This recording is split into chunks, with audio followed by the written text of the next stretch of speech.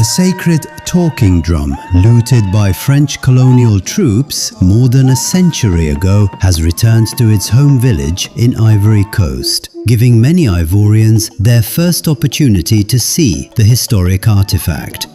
Known as the Jiji Ayokwe, the imposing wooden drum measures more than 3 meters in length and weighs around 430 kilograms. It holds deep cultural significance for the Ivory community, which traditionally used it to transmit messages across villages. More than a musical instrument, the drum was used to warn communities of danger, including the approach of colonial forces, as well as to call people to war and summon residents to important ceremonies.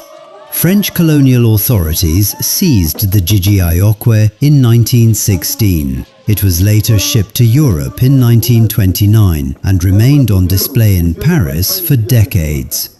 Ivory Coast formally requested its return in 2018, along with 148 works of art taken during the colonial period. The drum was officially handed over in February and arrived back in Ivory Coast in March aboard a specially chartered aircraft.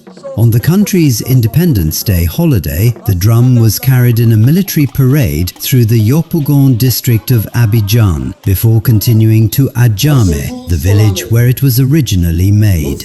Displayed inside a glass-fronted case, it was welcomed by Culture Minister Françoise Remarque, traditional leaders, and hundreds of residents. A traditional libation ceremony was also held in honor of ancestors.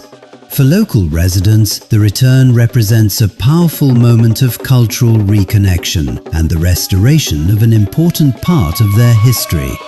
The Jiji Ayokwe is expected to go on display at the Museum of Civilizations in Abidjan as calls continue for the return of African cultural treasures held abroad.